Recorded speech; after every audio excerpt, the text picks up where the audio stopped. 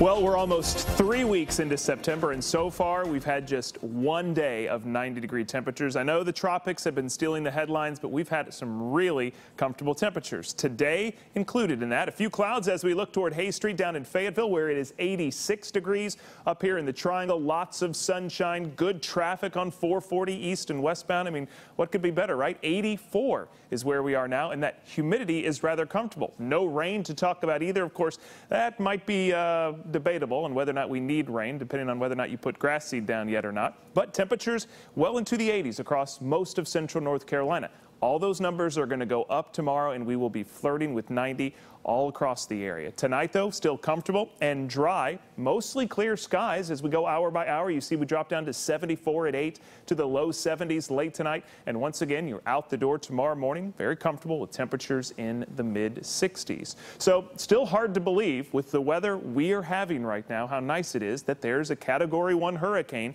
250 miles east-northeast of the Outer Banks, bringing a few showers to our coastline, but we are dry as weak high pressure, and I emphasize that, weak high pressure is kind of somewhat in control of our weather. It's not strong enough to keep a little bit of rain on the other side of the mountains from sneaking in here tomorrow. No impacts from Jose, but let's talk about the rain coming from the other direction. Pick it up tomorrow morning at 6 a.m. when again we'll start off sunny. Lots of sunshine tomorrow. We'll see a few clouds sneak in here toward the afternoon. And then again, that rain on the other side of the mountains, that energy and moisture will work its way across our area in very small amounts. Here we are about 4 and 5 o'clock tomorrow. I'm only talking a 20% chance of rain, but definitely different than the near perfectly sunny day we had today. And even into tomorrow night, can't rule out a stray shower, but you get the idea. It's a small chance. It's nothing major like is what's going on with Maria and with Jose. Jose, like I said, still off our coastline, still being investigated by the hurricane hunters. The United States Air Force headed out there right now. Still a Category 1 hurricane with 75 miles per hour.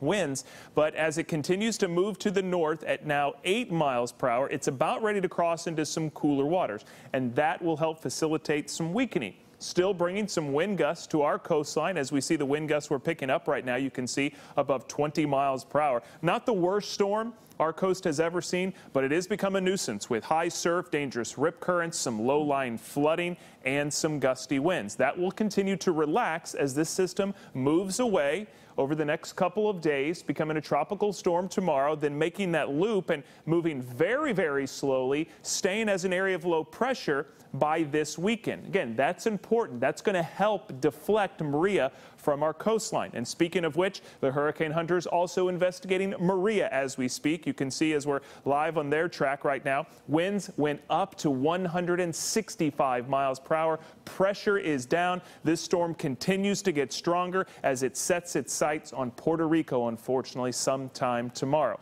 So hurricane hunters out there collecting information. They're going to feed it into the computer models to help us get a better forecast. Let's see what the afternoon runs are saying. Again, all in really good agreement. You see how they're tightly clustered together. That tells us a story. It tells us there's a lot of confidence and that this is going to continue to move to the northwest. That's on Friday. Then at some point, Friday, Saturday, it'll make that turn to the north.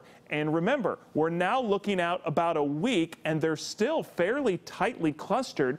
Over the past 24 hours, they've also moved a little farther away from us. That's all good news, and why this is not something we walk away from.